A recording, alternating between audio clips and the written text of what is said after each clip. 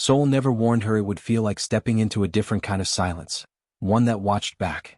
Zariah Brooks stepped out of the black car with a file she had not yet opened and a name she had only read once, Kang Ji-hoon.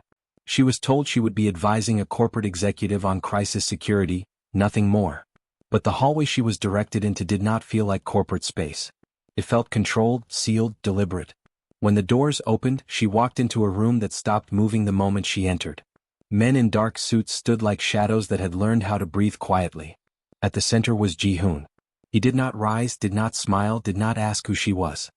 His eyes simply measured her presence as if it had weight. The mistake should have ended there. Instead it deepened. A single gesture broke the unspoken rule of the room. Zariah did not flinch, did not retreat. She simply stated she was in the wrong meeting, her voice steady enough to make hesitation look unnecessary. That steadiness unsettled the men more than anger ever could. Ji-hoon finally spoke, his voice calm, almost detached, asking why she was not afraid. She answered without looking away that fear was only useful when it changed outcomes. Something shifted in him at that moment, subtle but irreversible. When his attention briefly dropped to his crooked tie before a scheduled departure, she moved before permission could exist. One adjustment, precise and brief, corrected it. The room tightened instantly. No one had ever touched him so freely. But Ji-hoon did not react like a man offended. He reacted like a man remembering something he had lost. And in that quiet recognition, Zariah Brooks unknowingly stepped into a world that would not let her leave unchanged. The moment Zariah's fingers left his tie, the room did not return to normal. It adjusted itself around what had just happened, as if reality had been slightly misaligned and was only now correcting its shape. Ji-hoon remained still, not because he was unsure, but because he was deciding what she was allowed to become in his world. No one spoke first. That was always how power revealed itself in rooms like this, not through noise, but through who could endure silence the longest without breaking it. Zariah stepped back once, professional again, as though she had not just crossed an invisible boundary that most people did not survive crossing twice. She asked for clarification on her assignment, calmly reminding them she was not part of whatever this meeting truly was. Her tone did not beg and it did not challenge. It simply existed. One of the men shifted forward, ready to correct her presence, but Ji-hoon lifted a hand slightly. That small motion ended the conversation before it began. He finally stood. He was taller than expectation, closer in distance now, and the air changed with him. He looked at her not like someone who had made a mistake, but like someone who had interrupted something he no longer believed in but could not ignore. "You touched my tie," he said quietly. It was not a question. It was an observation that carried consequences for everyone else in the room. Zariah did not lower her eyes. "It was uneven," she replied simply. "It would have distracted you." A faint pause followed. Almost imperceptible but real. One of his men exhaled like they had been holding their breath for years. Ji-hoon stepped closer, studying her as if she were a problem no one had solved correctly before. Then, instead of anger, something closer to curiosity settled in his expression. "Leave her," he finally said. The room obeyed instantly. As Zariah turned to go, she felt it, the weight of his attention following her all the way to the door. Not ownership. Not threat. Something far more dangerous. Interest. And Ji-hoon, for the first time in a long time, did not return to being untouchable after being touched. The elevator doors closed with a soft finality that felt louder than it should have been. Zariah stood on one side, Ji-hoon on the other, and for the first time since she entered his world, there were no witnesses to soften the tension between them. The descent began. Numbers lit up above them like slow-burning decisions. Ji-hoon did not look at her immediately. Instead, he studied the mirrored surface of the elevator wall, as if trying to understand how she still remained so steady in a place that bent most people out of shape. When he finally spoke, his voice was lower now, stripped of the public control he carried upstairs. "You are not afraid of me," he said. It wasn't admiration. It wasn't accusation. It was disbelief. Zariah adjusted the strap of her bag slightly, her posture unchanged. "Fear doesn't help in rooms like yours," she replied. "It only slows thinking." That answer made him turn his head slightly. Not fully. Just enough. The elevator passed another floor. Silence filled the space between them again, but this time it was different. Less empty, more charged, like something waiting to be named. Ji-hoon's gaze dropped briefly, almost absent-mindedly, before returning to her face. "People usually know who I am before they speak to me," he said. "I didn't come here knowing you," Zariah responded.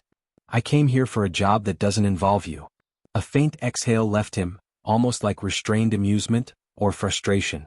As the elevator neared the lobby, Zariah noticed something shift in his expression. It was subtle, but she had learned to read danger early. This wasn't immediate threat. It was anticipation of one. Before the doors opened, she spoke again, quieter this time. "Don't trust the meeting tonight," she said. Ji-hoon's eyes sharpened instantly. The elevator doors slid open. But neither of them moved immediately. For a brief second, the world outside waited for his response. And in that pause, something unspoken passed between them, something that would not stay in the elevator even after they left it. The night did not feel like night in Ji-hoon's world. It felt like timing, like preparation, like the calm before something already decided. The building where the meeting was held stood clean and expensive on the outside, the kind of place that hid violence behind polished glass and polite greetings. Zariah's words followed him in silence the entire drive. Don't trust the meeting tonight. He had heard warnings before. From loyal men, from frightened rivals, from people trying to stay alive by predicting his enemies. But hers had not sounded like prediction. It had sounded like certainty. Inside the room, everything was arranged with precision. Faces he recognized. Smiles that meant nothing. Agreements spoken in soft tones that disguised sharper intentions underneath. Zariah was not there, but her absence felt louder than expected. Ji-hoon sat at the center, listening without reacting, as deals were offered like peace offerings wrapped around hidden blades. Every word was measured. Every pause was calculated. And then it happened. The shift was small at first, a hesitation in one voice, a glance that lingered too long, a movement that did not belong. Then the room revealed itself for what it was. Betrayal did not announce itself. It simply stopped pretending. The first shot shattered the illusion of control. Chaos followed instantly, but Ji-hoon did not move like a man surprised. He moved like a man confirming something he already knew. Chairs overturned. Voices collided. Security reacted too late. And still, in the middle of everything collapsing, one thought remained clear in his mind. She knew. That realization changed the nature of survival. He wasn't just escaping an attack anymore. He was now searching for the reason it was anticipated. He made it out, not untouched but unbroken. Outside, the night air hit differently, colder, sharper, honest. And for the first time since the meeting began, Ji-hoon stopped running forward. He turned back. Because now there was only one thing left to understand.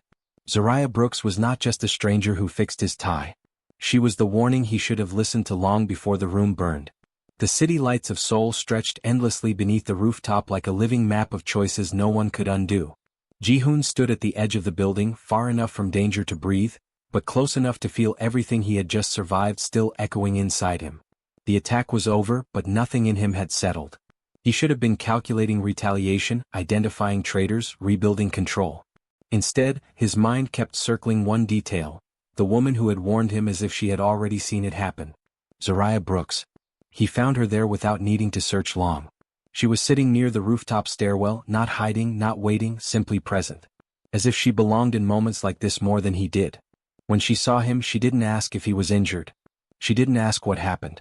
She only looked at him like she already knew the answer. "You listened," she said quietly. It wasn't praise.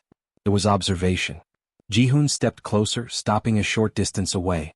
For a man who controlled entire systems of fear, he suddenly found distance harder to manage than enemies. "I almost didn't," he admitted. That was the first crack. Small but real. Zariah stood slowly, adjusting her coat against the wind. "But you did." Silence settled again, but it was different now. Less like tension, more like recognition. Two people standing on opposite sides of an unknown line neither had agreed to draw. Ji-hoon's gaze held on her longer than he intended. "How did you know?" he asked. Zariah didn't answer immediately. Instead, she stepped closer, not into his space fully but close enough that the air between them changed. "I recognize patterns," she said. "People don't usually survive long in your kind of world unless they see things before they happen." Pause. Then, softer than before. "And I didn't want you to die tonight." That sentence landed differently than anything spoken in the meeting earlier. Not strategic. Not political. Human. Ji-hoon didn't respond with words. Instead, for the first time in years, he leaned forward slightly, not for dominance, not for threat, but for something he didn't have a name for yet. Zariah did not step away. Instead, she lifted her arms and pulled him into a brief, steady hug. No hesitation. No calculation. Just contact. Ji-hoon froze for half a second. then exhaled like something inside him finally stopped resisting. And in that quiet rooftop moment, the most dangerous man in his world realized something had already begun changing him, without permission. Mourning in Ji-hoon's world did not mean rest. It meant continuation. The kind of continuation that carried last night's violence into today's decisions without apology.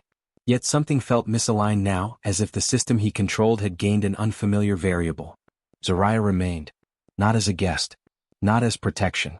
Not as someone waiting to be sent away. She was there because he had not asked her to leave. That fact alone unsettled more people than the failed assassination attempt.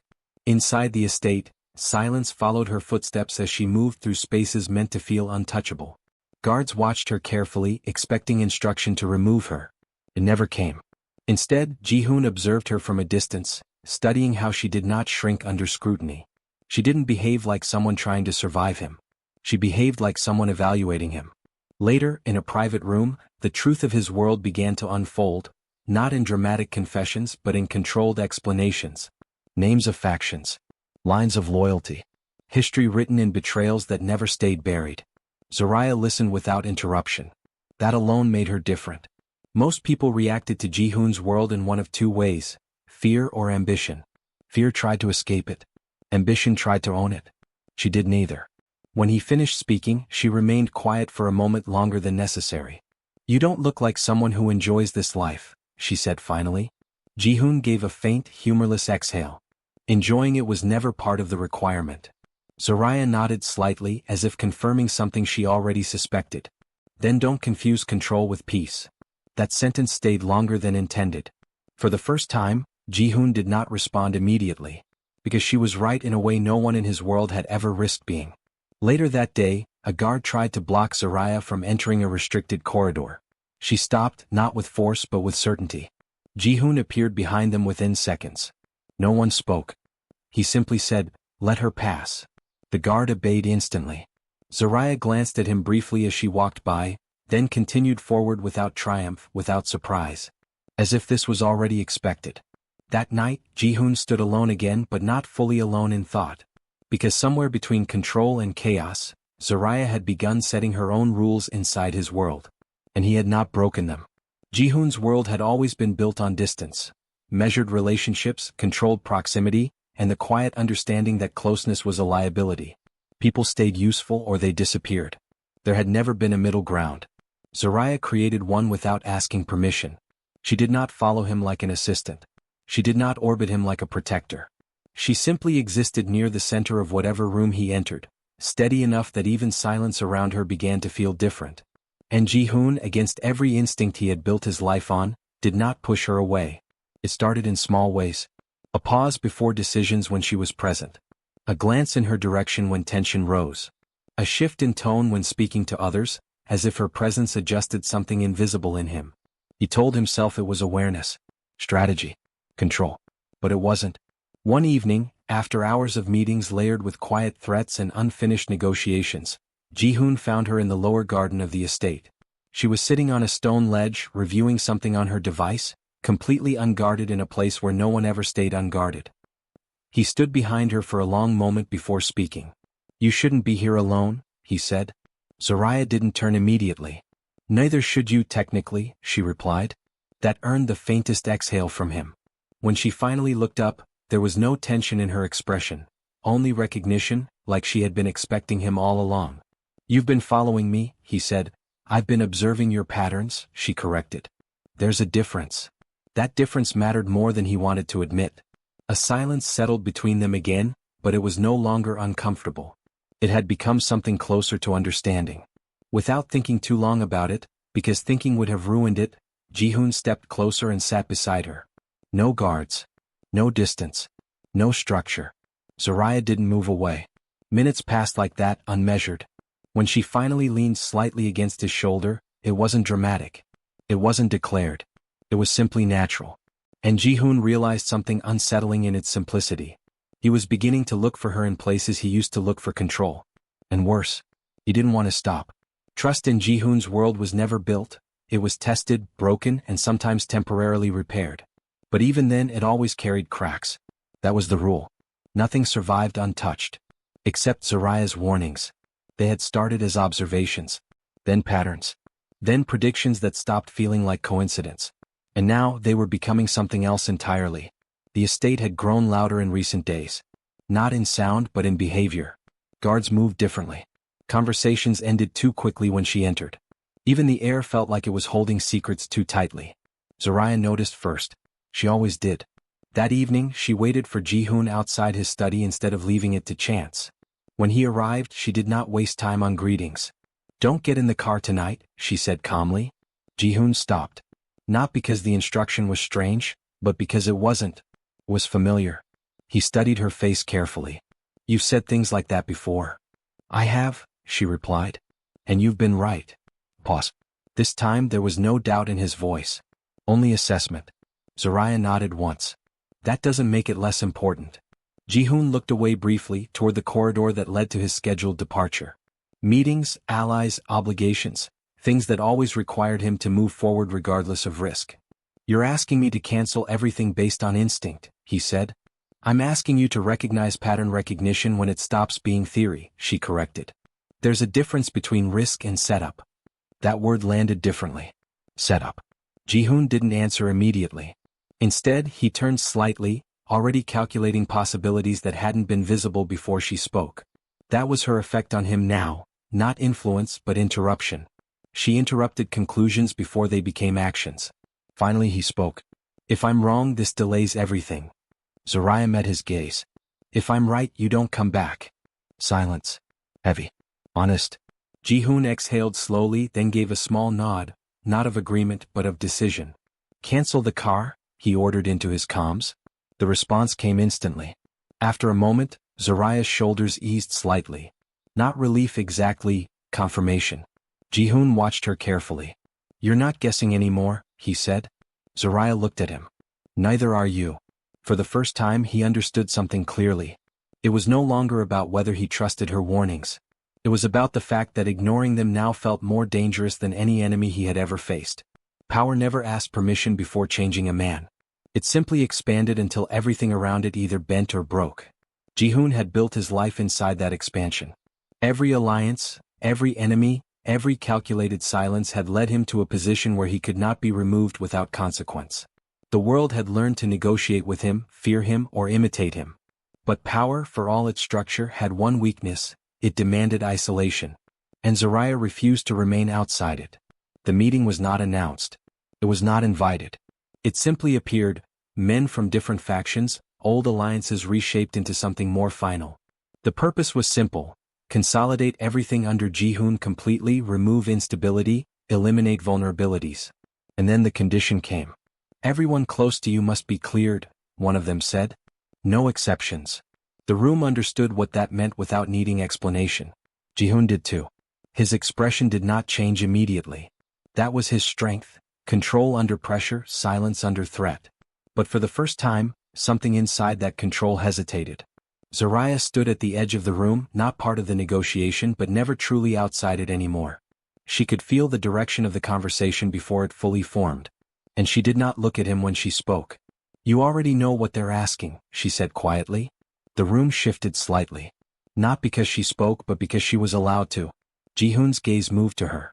Pause. Then one of the men added, "including her." That was the real point. Everything else had been framing. Silence deepened. Ji-hoon looked at the table. At the documents. At the empire that had taken years to construct and countless compromises to maintain. Then he looked at Zariah. She did not plead. She did not soften her expression. She simply waited, steady, unshaken, as if the outcome did not define her existence. That was what made the decision unbearable. Because for once, power was not asking him to choose between life and death.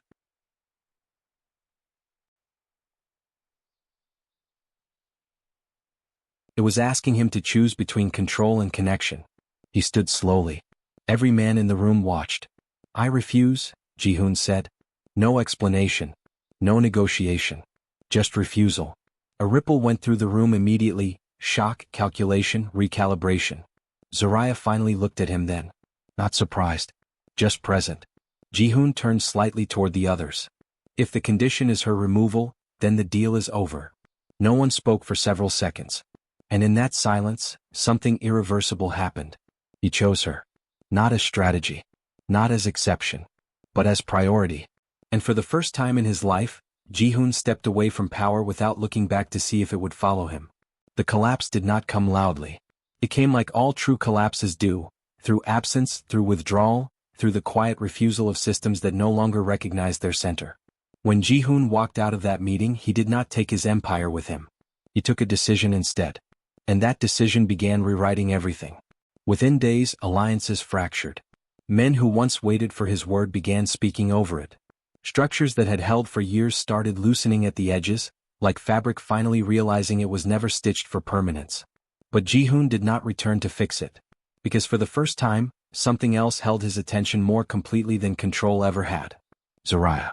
They left without announcement. No ceremony. No farewell. No final confrontation. Just movement, quiet, deliberate, away from everything that required him to be untouchable. Now they lived in a space that had no history attached to it. No titles. No expectations. Only mornings that arrived without urgency and nights that did not demand decisions. Zaraya still observed him the way she always had, like she could see patterns before they became problems. But now there was something softer in it too. Something that did not belong to strategy. Ji-hoon changed in ways no one would have recognized. He no longer entered rooms expecting obedience. He no longer measured people by usefulness alone. And slowly, almost quietly, he learned how to exist without being feared. But the most unexpected change was simple. Every morning, Zaraya would reach up and straighten his tie out of habit, even when there was nowhere important to go. And every time he would let her. Because that small gesture had become something neither of them questioned anymore. It was no longer about correction. It was about presence.